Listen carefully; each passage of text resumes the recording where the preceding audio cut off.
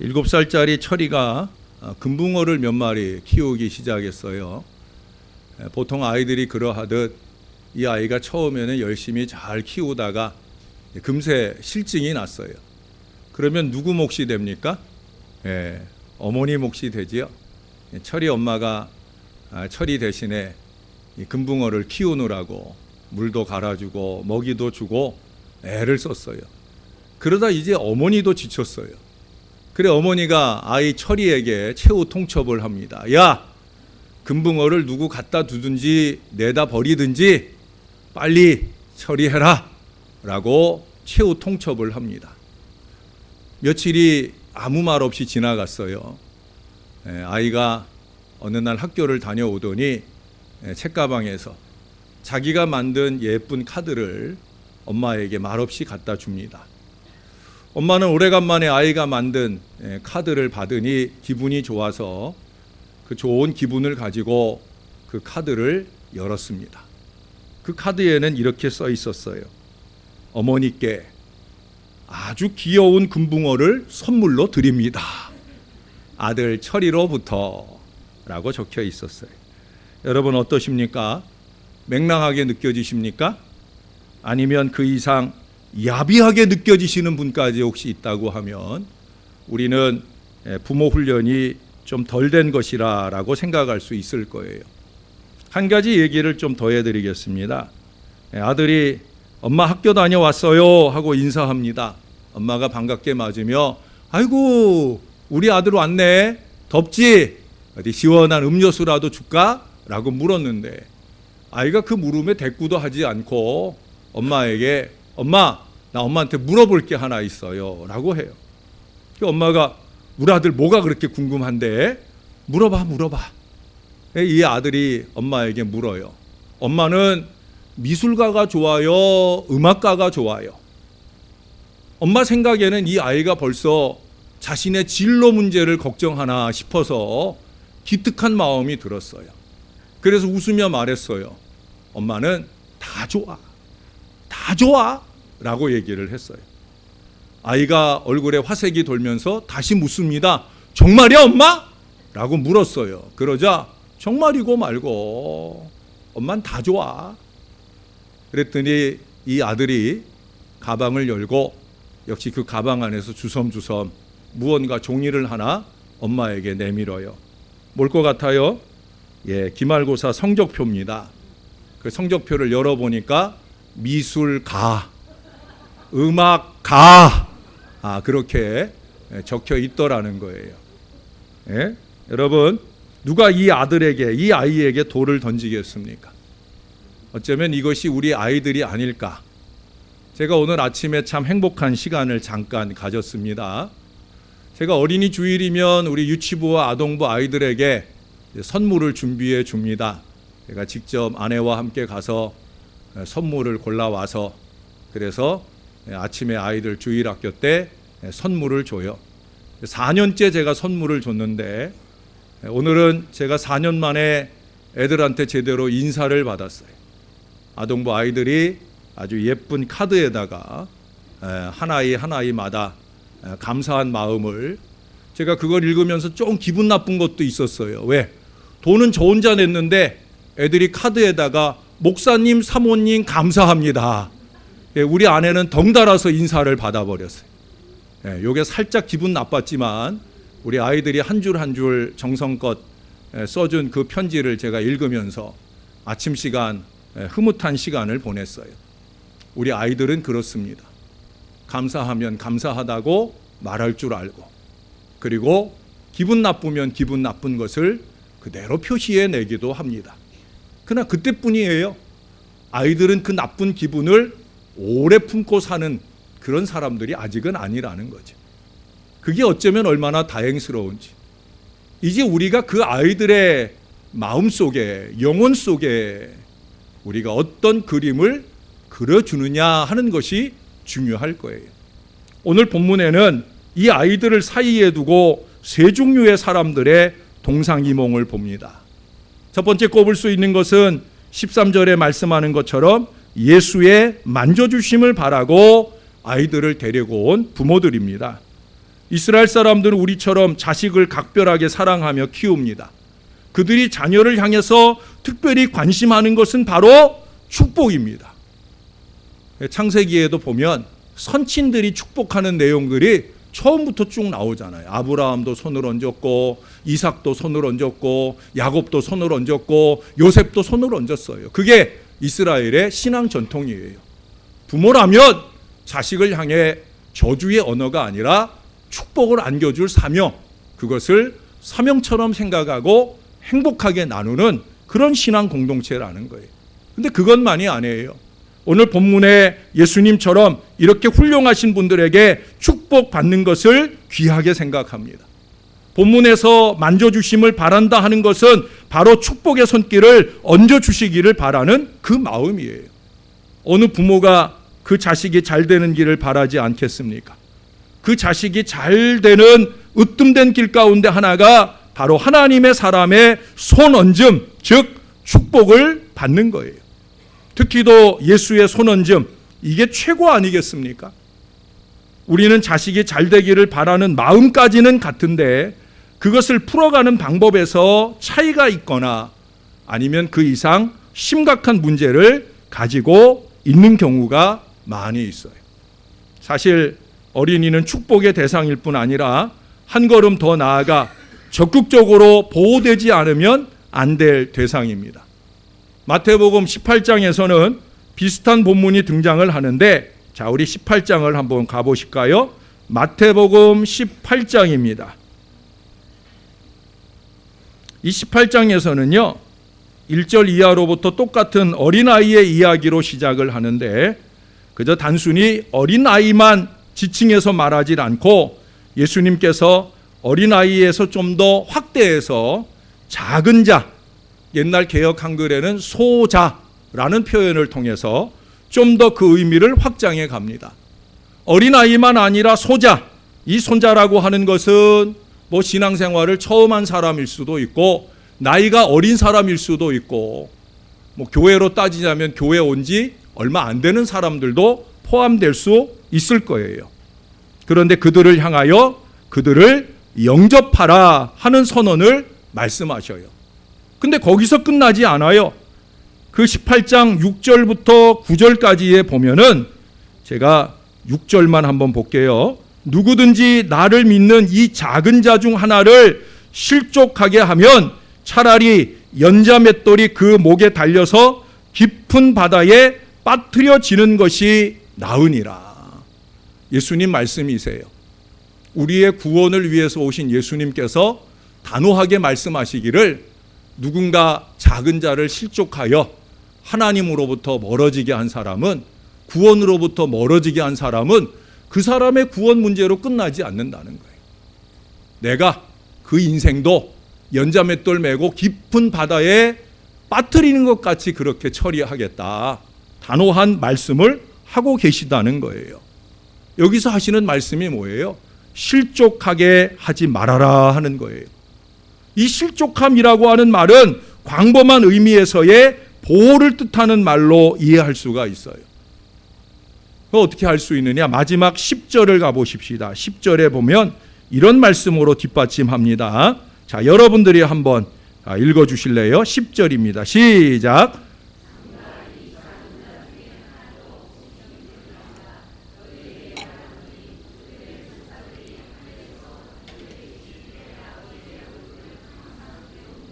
아멘. 아주 중요한 얘기를 해요.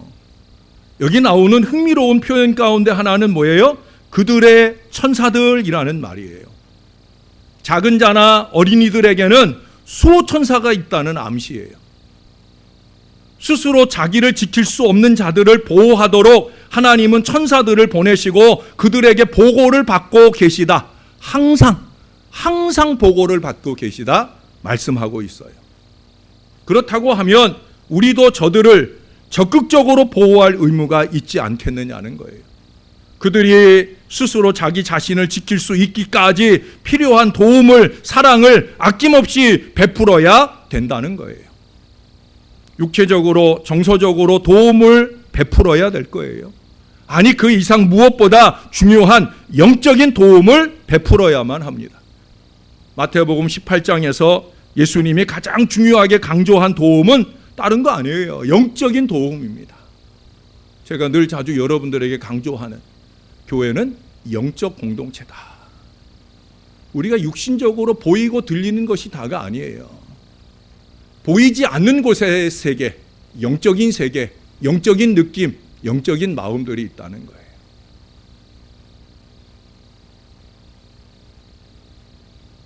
주님은 이 도움을 베풀지 못하고 실족하게 하는 것은 영생과 영원한 멸망의 문제라고 확장해서 말씀해 주고 있어요. 그렇다면 무엇보다 우리 아이들이 예수 믿고 구원받아 영생 얻도록 도와주어야 된다는 거예요. 하나님 앞으로 자꾸 이끌어 나와야 됩니다. 그저 몸만 이끌고 나오는 것이 다가 아니에요. 우리의 가정에서, 교회에서, 우리 아이들이 볼 때나 보지 않을 때나 우리 어른들이, 부모들이 영적인 마음가짐을 바로 하고 살아야 돼요. 아무리 애들 데리고 교회 오면 뭐 합니까? 우리가 영적으로 거룩한 마음이 아니고 하는 모든 일들이 하나님의 자녀의 삶이 아니라 마귀의 자식같이 산다고 하면 이거 영적으로 다 영향 미칩니다. 애들이 못 봤으니까, 못 들었으니까 아무렇지도 않겠지? 아니에요, 여러분. 영적 세계는 그런 세계가 아니에요. 우리가 마음 먹고 품는 대로 그렇게 우리 아이들의 영적 미래가 좌우될 수 있다는 사실입니다. 그래서 그들이 이제 우리의 도움이 아니라 하나님의 도움을 스스로 받으며 살아갈 수 있도록 우리는 영적인 케어를 잘 해야 되는 거예요. 저는 이것이 진정하고 궁극적인 도움이다 생각합니다. 왜? 그렇지 않으면 우리의 보호는 잘못된 과보호가 될 수도 있기 때문에 그래요. 저는 오늘날 이 땅에서의 육아 문제에 있어서 무관심보다 더 큰 문제는 과잉보호라는 생각을 합니다. 과잉보호는 자녀를 보호하는 게 아니라 자녀를 파멸시키는 거예요. 아이의 요구는 무조건 들어주고 아이들이 하고 싶은 것은 무엇이든 하도록 내버려 두는 것은 이 아이가 자라가며 중대한 행동장애나 정신장애를 일으키는 아주 중요한 원인이 됩니다. 아무리 사랑스럽고 이뻐도 안 되는 건 안 되는 줄 알고 그렇게 자라가도록 그런 부분은 좀 엄격하게 신앙적으로 그렇게 제어할 수 있을 때 그게 진정한 사랑이 된다는 거예요. 여러분, 요즘 어른들 중에 보면 성인 아이가 얼마나 많아요. 성인 아이 증세를 보이는 어른들이 얼마나 많아요. 육신적으로만 그런 게 아니에요. 신앙 안에서도 보면 교회 안에 성인 아이, 영적인 성인 아이가 얼마나 많아요. 신앙의 연조는 오래됐는데 영적인 세계를 알지 못한 채 어린아이 같은 신앙의 모습을 보이는 경우가 얼마나 많아요. 육신적으로나 영적으로나 성인 아이들이 많아지면 그 공동체는 어려워지는 거예요. 어떤 주일학교 선생님한테 들은 얘기인데 그 가르치는 어린아이가 자기 부모님 자랑을 막 하는 거예요. 그러면서 이 아이가 말끝에 하는 얘기가 선생님 그런데 걱정이 하나 있어요. 그 선생님이 의아했어요. 뭐가 걱정인데? 라고 의아한 마음으로 그 아이에게 물었습니다. 그러자 이 아이가 하는 얘기가 다름이 아니라 우리 엄마 아빠가 도망갈까 봐 걱정이에요. 부모가 너무 사랑으로 잘해주는데 이러다 어느 날 아침 엄마 아빠가 없어질까 봐. 이게 바로 정신적인 과보 증후군입니다. 실패하더라도 실패를 디디고 일어설 수 있는 자율성을 키워주지 않는다고 하면 우리의 자녀들은 평생 부모를 의존해야 하는 무기력하고 유약한 인간으로 자라가게 된다는 거예요. 부모가 아닌 주님을 의존할 수 있도록 돕는 신앙의 부모가 되어야 합니다. 그래서 주님의 보호를 받고 평생을 살아가게 하는 일, 이것이 여러분들과 저의 책임이다라고 하는 거예요. 그러므로 자녀들에 대한 영적 보호야말로 우리의 아주 중요한 책임이에요. 여기서 중요한 것은 자녀들에게 자립심을 키워주지 않기 때문에 이와 같은 현상이 일어난다는 거예요. 신앙생활도 스스로 알아서 11조도 정확하게 할 줄 알고 주일도 성수로 할 줄 알고 이게 그저 나이가 되면 어려서부터의 신앙 교육을 따라 자동적으로 나와야 되는데 그저 부모가 하라는 대로만 해왔던 어리석음 속에 부모가 건강하지 못한 신앙을 보이면 자식도 그 모양 그대로 하게 되는 경우들이 많이 있다는 거예요. 우리가 흔히 얘기하는 마마보이. 또 요즘에는 제가 목회하면서 보니까 마마걸도 있는 것 같아요. 그래서 무언가 의사결정을 해야 될 때 엄마의 눈치를 보고 엄마의 그 얕은 꾀를 따라가는 어리석은 딸들도 많은 것 같아요. 결국 그렇게 시집을 가서는 결국 그 부모로부터 자립하지 못한 안타까운 모습으로 살아가다가 가정 안에 건강함이 무너지고 그 가정이 무너지게 되는 경우들을 많이 본다는 거예요. 사랑하는 여러분, 오늘 본문의 이 부모님들처럼 우리 아이들을 예수님께 자꾸 데려와야 합니다. 어려서부터 예수의 문화에 익숙해지게 해야 된다는 거예요. 예수가 예수의 품이 어느 때든지 돌아와야 할 우리의 본향이다 하는 사실을 익혀주어야 한다는 거예요. 그게 되려면 우리가 잘 살아야 되는 거죠. 교회 가는 것이 주님의 품으로 안기는 것이다. 이런 간절한 느낌을 가지고 아이들이 느낄 수 있도록 살아내야 될 것이고, 저와 여러분이 거룩한 성화의 삶을 날마다 살아가면서 예수 믿는 것은 저런 것이구나 하는 것들을 느낄 수 있는 영적 양육이 이루어질 수 있어야 된다는 거예요. 이것이 우리 아이들을 위한 최선입니다. 시험 문제 한두 개 덜 맞아도 괜찮아요. 여러분, 코앞만 보지 마시고 먼 미래를 보아야 합니다. 그 먼 미래를 누가 이끌고 가시겠습니까? 우리 아이들에게 꿈을 주시고 그 꿈을 결국 이루어 주실 분은 하나님이신 줄로 믿습니다. 이 믿음을 가지고 하나님 앞에 자식들을 세우고 맡길 수 있는 그런 저와 여러분 될 수 있기를 주님의 이름으로 축원합니다. 두 번째로 나오는 사람들은 13절 하반절에 이 아이들이 예수께 가는 것을 막은 제자들입니다. 이들은 예수님의 뜻을 오해하고 오버하지요. 예수님을 신경 쓰이게 하지 않는 것이 예수님을 위한 것이라 생각을 했어요. 그러나 그것이 오히려 예수님을 더 신경 쓰이게 하고 있다는 사실이죠. 오늘 예수님이 꾸짖은 대상은 부모들이 아니에요. 아이들이 아니에요. 오히려 바로 이 제자들이 꾸중의 대상이었어요. 14절에 예수님 말씀하시죠. 노하시면서 하시는 말씀이 어린아이들이 내게 오는 것을 용납하고 금하지 말라. 어린아이들이 내게 오는 것을 금하지 말아라. 이게 바로 우리 주님의 마음이라는 거예요. 이게 또한 저와 여러분, 우리 아이들을 예배의 자리에 데려오는 예수의 만져주심을 바라는 저와 여러분의 마음이 되어야 된다는 거예요. 아니, 이 예수의 품, 교회의 영적 분위기에 익숙해지게 하는 것이 우선 되어야 된다는 거예요. 제가 아주 오래전에 잊지 못할 아주 중요한 예배 체험이 한 번 있었어요. 우리 교회처럼 제가 전에 섬기던 교회도 금요일 저녁에 찬양과 기도하는 은혜로운 시간들을 지나게 되는데, 그 밤에 우리가 함께 찬양을 하는 중에 저 뒷자리에 엄마 아빠가 앉아있고 아빠의 옆에는 아직 첫돌이 되지 않은 아들이 앉아있고 엄마의 옆에는 이제 한 서너 살 됐나 그 딸내미가 앉아있어요. 근데 찬양이 이어지는데 보통 부모들 같으면 이 아이들을 유아실로 데려가서 예배할 텐데 금요일 저녁에는 따로 유아실 가 있기가 어려우니까 그렇게 그 자리에 와서 아이들 데리고 와서 함께 앉아 있는 거예요. 아이들이 예배 시간에 좀 실수하는 일이 생기지 않을까 하는 조바심도 저의 마음 가운데 있었는데 웬걸이요? 우리 어른들이 박수를 치면서 찬양을 하기 시작하자 이 첫돌도 안 된 그 어린 아이가 어른들하고 똑같이 박수를 치면서 찬양은 못하지만 박수를 막 치는 거예요. 또 그 딸내미는 손에 뭔가 들고 있었는데 엄마가 그걸 내려놓으라 말한 것도 아닌데 그걸 내려놓고는 똑같이 박수를 치는 거예요. 아이니까 어른들 박수를 따라오지 못해서 때로는 어른들 박수 한 박자에 두 박자를 치기도 하고 두 박자에 한 박자를 치기도 해요. 우리 어르신들은 늘 자주 금요일 날 모여도 이 박자를 잘 따라가지 못하시는 분들이 많은데, 그런데 이 아이들은 촛돌도 안 됐는데 찬양이 조금 무르익으니까 박자가 맞아 들어가더라고요.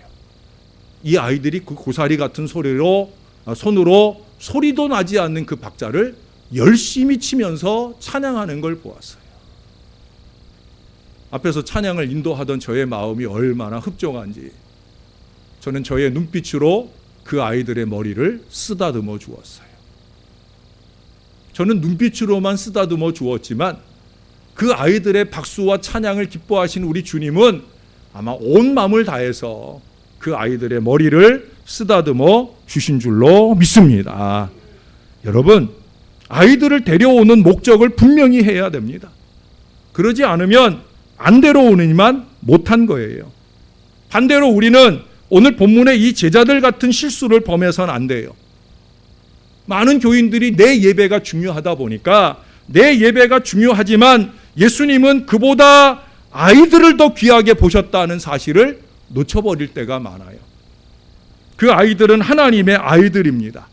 그것은 곧 우리 아이들이기도 함을 의미하는 거예요.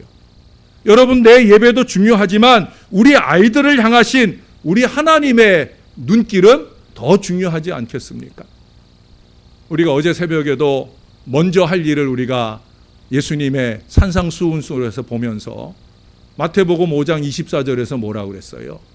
너희는 먼저, 너희는 나에게 제물을 드리기 전에 먼저 화목하고 와서 나에게 제물을 드려라.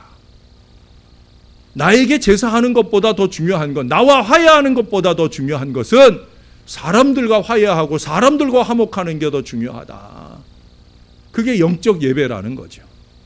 마찬가지예요, 여러분. 우리가 나의 예배가 중요해서 예배의 자리에 모처럼 온 아이가 우리의 예배를 방해한다고 해서 그 아이들을 향해 눈을 흘긴다고 하면 내 예배가 은혜 받는 예배가 되기도 어렵지만 나는 은혜 받았어도 아버지는 연락되지 못한 그런 예배가 될 수 있다는 거예요. 여러분, 저는 저 자신의 예배만을 위해서라면 아이들이 좀 떠들거나 말거나 여기서 돌아다니거나 말거나 저는 다 그냥 둘 거예요. 왜냐하면 우리의 아이들에게도 그런 어린 시절이 있었다라고 하는 거죠. 우리는 연세들이 많아지다 보니까 아마 우리 아이들의 그 어렸던 시절을 잊어버리는 것 같아요. 저도 이제 우리 아이들이 예배 시간에 떠들고 하는 그런 나이는 다 지났죠. 예? 그러나 이 아이들의 어렸던 시절을 저는 잊지 않으려 합니다. 특히 우리 어른들은, 우리 교회 어른들은 그걸 좀 잊지 마셔야 돼요. 우리 교회는 젊은이들이 부족합니다. 지금은 좋지만 다음 세대의 기대, 10년 뒤, 20년 뒤 그 기대를 하기 어려운 젊은 교인들이 부족해요. 여러분, 젊은 교인들이 편안하게 올 수 있는 교회는 어떤 교회겠습니까? 아이들을 품에 안고 와서 함께 예배하다가 우리 아이가 아! 소리가 나더라도 아무도 그 아이를 바라보지 않고 다 저를 바라봐 주시는 그 예배를 드릴 때 우리 젊은 엄마들이 희망을 가지고 이 교회를 오지 않겠습니까? 저는 사실 그 아이가 앙 소리가 나도 그쪽에 귀를 기울이고 저의 설교가 흐트러지는 그런 어리석음을 범하지 않을 수 있어요. 오히려 저의 설교가 흐트러지는 것은 그 아이를 바라보며 눈을 흘기는 교인들을 볼 때 오히려 저는 더 흐트러집니다. 여러분, 우리 아이들이에요. 하나님의 아이들이에요. 사람들은 누구나 나이가 들어가면 갈수록 옛날과 고향을 그리워하고 그곳으로 돌아가고 싶어하는 회귀 본능을 가지고 있어요. 그동안 우리 한국교회는 교회 학교를 아주 열심히 해왔어요. 그래서 남한의 5천만 사람들 중에 어렸을 적에 교회 학교 한 번도 안 가본 사람이 거의 없을 거라 할 만큼 교회들이 교회 학교를 아주 열심히 했어요. 성탄절에 빵을 얻어 먹으러 갔던, 부활절에 계란을 한번 얻으러 먹으러 갔던 누구나 한 번쯤은 교회 학교를 갔었다라고 하는 거예요. 근데 그것이 별것 아닌 것 같아 보이지만 그렇지 않더라는 거예요. 그들의 무의식 속에서 하나의 고향이 되고 있는 거예요. 나이 들어 몸과 마음이 다 약해져 갈 때, 그리고 어려운 일을 만나 지치고 고단할 때 그들은 문득문득 어렸을 때 내가 찾았던 바로 그 교회를 생각하고 그 교회로 발걸음을 옮기고 그 교회에서 우리의 구주 예수님을 만나게 되는 줄로 믿습니다. 자기가 생각지 않은 중에 자기의 영적인 본향을 찾아가게 된다는 거예요. 교회 안에 보면 행사용 교인들이 있잖아요. 평상시 주일에는 잘 안 오다가 뭐 체육대회나 야외 예배 이런 때면 나타나는 교인들이 있잖아요. 사실 그런 어른들은 신앙적으로 별 희망이 없는 게 맞아요. 왜? 이미 어른인데 그런 얄팍한 마음으로 살아서야 어찌 그것이 신앙의 미래에 도움이 되겠습니까? 그러나 아이들은 아니에요. 아이들은 아직도 맑고 순수하고 그 영혼에 얼마든지 그림이 그려지고 새겨질 수 있어요.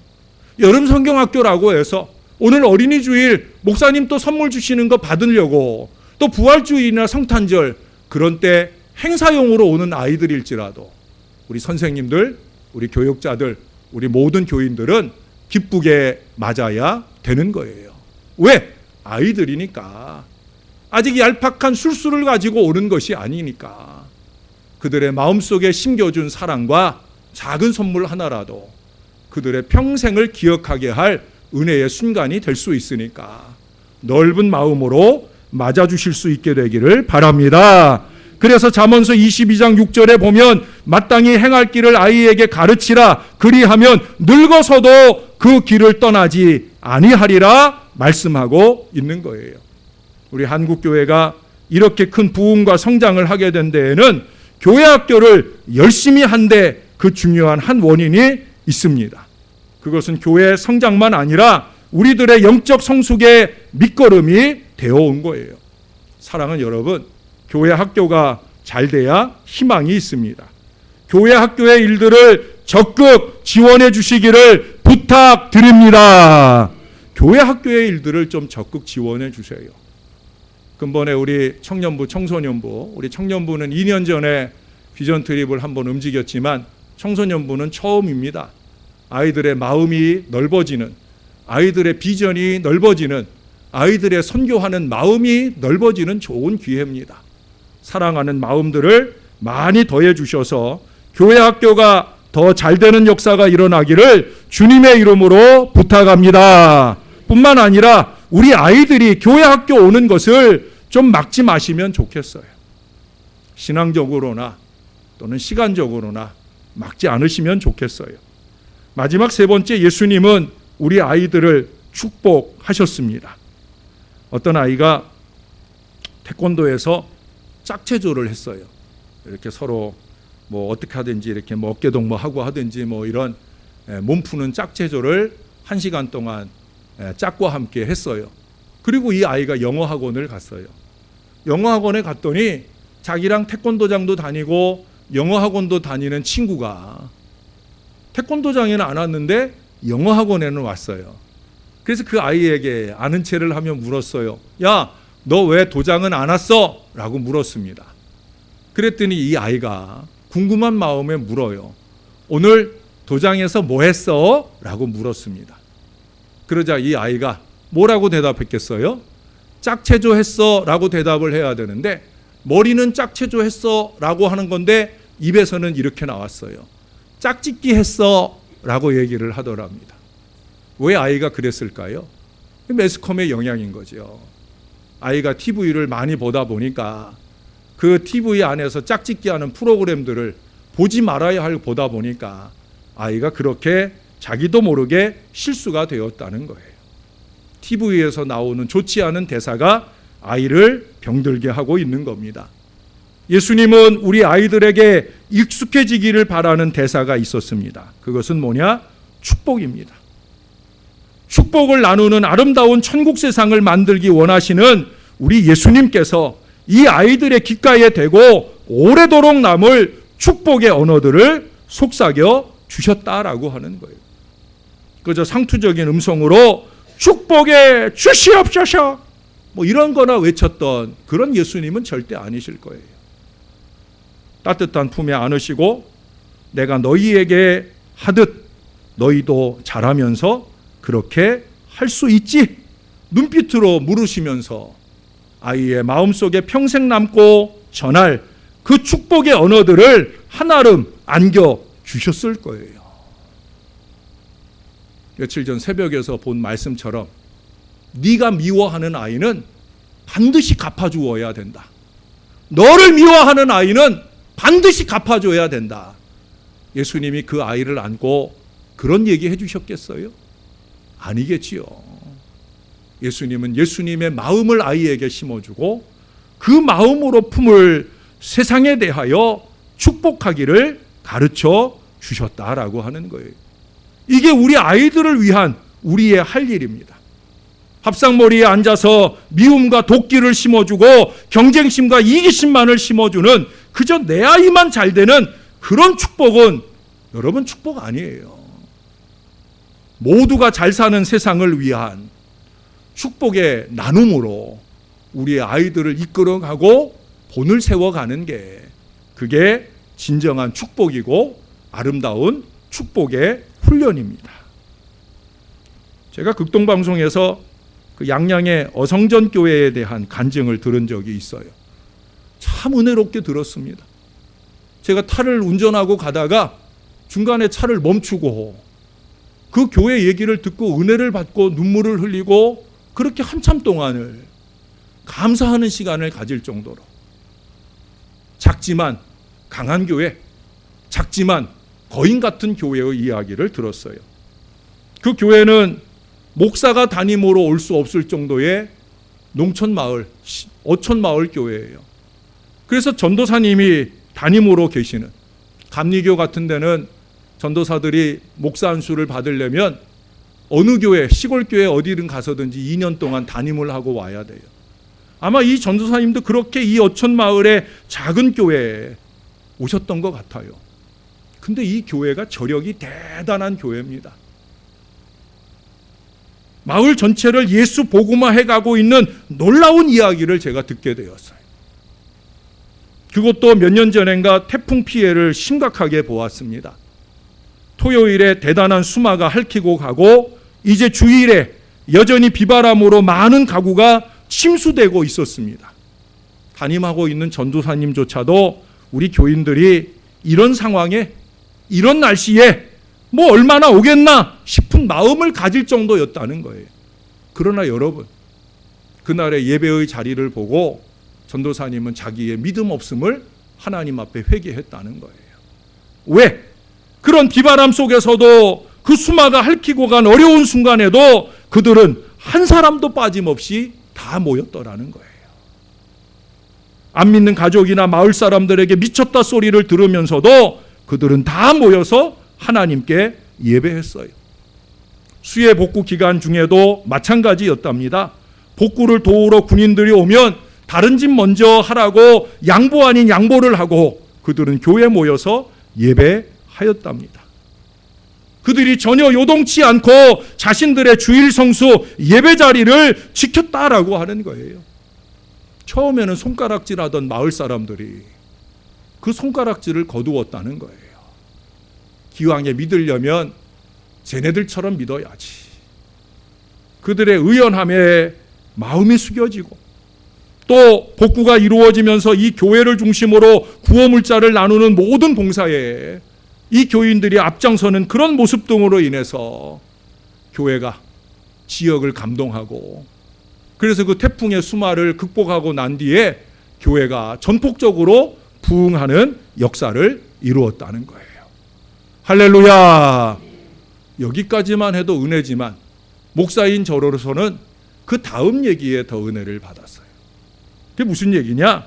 중요한 것은 그러한 철저한 주일 성수 예배 정신, 심지어 그 교회는 전교인 70% 이상이 온전한 11조를 한다는 거예요. 어촌마을은 월급쟁이가 별로 없어요. 그저 나가서 오늘 풍어가 되면 돈을 많이 버는 거고 오늘 고기 못 잡으면 빈손으로 오는 거예요. 근데 그 교인들은 그렇게 주님이 주시는 대로 온전한 11조 생활을 이어가더라는 거예요. 너나 없이 누구나 다 그렇게 열심히 있게. 그래서 어촌의 조그만 교회인데도 불구하고 서울의 큰 교회 손 벌리고 사는 교회가 아니라 오히려 자기들보다 더 어려운 곳에 선교물질을 보내는 넉넉한 교회로 살고 있다는 거예요. 여기까지는 아무것도 아니에요. 그 모든 것들이 어떻게 이루어지느냐? 다 어려서부터 훈련받은 대로 하는 거라는 거예요. 제가 거기서 무너졌어요. 거기서 너무 부러워서 눈물이 펑펑 났어요. 어려서부터예요. 어려서의 신앙교육이 얼마나 중요한지를 알게 해주는 아주 중요한 대목입니다. 여러분, 한 사회학자가 지나간 19세기는 여성을 발견한 세기다. 20세기는 어린이를 발견한 세기요. 21세기는 노인을 발견하는 세기가 될 것이라는 얘기를 했어요. 지금은 노인들을 발견하는 세기가 되고 있지요. 그러나 이 이전 20세기는 어린이를 발견했어요. 이게 무슨 얘기예요? 어린이가 그 이전까지는 하나의 인간이나 인격으로 간주되기보다 부모나 사회의 부속물 정도로 취급되어 왔다는 그런 얘기입니다. 그것은 이 땅의 현실도 마찬가지였죠. 1920년대 우리나라가 일본의 식민지로 있을 때만 해도 어린이라고 하는 그 말조차도 존재하지 않았었습니다. 당시에 어린 아이들을 가리켜 어른들은 이놈, 어린 것, 좀 더 심하면 애새끼, 이러는 말로 아이들을 불러왔다는 거예요. 근데 당시에 일본의 유학생이었던 소파 방정환 선생님이 방학을 맞아 한국에 돌아와 보니까 너무 안타깝더라는 거예요. 이 아이들도 인격인데, 이 아이들도 신앙 인격인데, 이 아이들을 지칭하는 말이 없어서야 되겠나. 그때 방정환 선생님이 우리나라에 와가지고 처음 한 운동이 뭐냐면 존댓말 쓰기 운동이에요. 너무 말이나 표현이 쌍스러우니까 서로 좀 존대하며 존중하며 살자는 운동을 하는 중에 아이의 이름, 아이들을 지칭하는 이름을 짓게 되는데 그때 지은 이름이 바로 어린이예요. 어린이라고 하는 말을 어떻게 쓰게 됐느냐? 어리신이, 어리신분, 그런 의미를 가지고 어린이라는 말을 쓰게 되었다는 거예요. 그것이 1921년 여름의 일이고요. 그로부터 1922년 5월 1일에 처음으로 어린이날을 제정하고 1923년에 아동잡지 어린이를 창간하고 그해 5월 1일 아동문화운동단체인 색동회를 창설하면서 어린이날의 유래를 우리들에게 들려주고 있습니다. 여러분, 제가 늘 자주 여러분들에게 소개하는 윌리엄 워즈워드의 19절을 기억하십니까? 어린이는 어른들의 어버이. 어린이는 어른들의 어버이. 어느 때까지 우리는 아이들에게 보고 배우기만 하겠습니까? 이제는 그 아이들 앞에 제대로 된 우리 믿음의 어른들이 좀 되었으면 좋겠습니다. 그냥 어른이 아니라 영적인 거인, 신령한 어른, 그런 어른들로 우리 아이들 앞에 섰으면 좋겠습니다. 우리 아이들은 그냥 인격체가 아니라 신앙 인격체임을 잊지 말고 저와 여러분이 존중하고 축복하며 그들의 소망 있는 미래를 활짝 열어줄 수 있도록 그렇게 그 아이들 앞에 좀 의젓한 하나님의 자녀로, 하나님의 사람으로, 신령한 백성으로 그렇게 살아내는 저와 여러분 될 수 있기를, 지금도 좋지만 우리 아이들이 우리만한 나이가 되었을 때 더욱더 좋아지는 우리 교회, 우리나라가 될 수 있게 되기를 주님의 이름으로 축원합니다. 기도하겠습니다. 우리를 영적인 공동체 신월 제1교회로 모아주신 것 감사합니다. 이 신앙의 공동체 안에서 자라가는 우리의 아이들을 우리 하나님께서 축복해 주옵소서. 아이들의 미래는 오늘 우리의 신앙에 달려 있습니다. 하나님, 우리의 신앙이 하나님 보시기에 좋은 좀 더 거룩하고 좀 더 신령한 신앙의 모습을 갖추어 가게 도와주옵소서. 영적인 공동체입니다.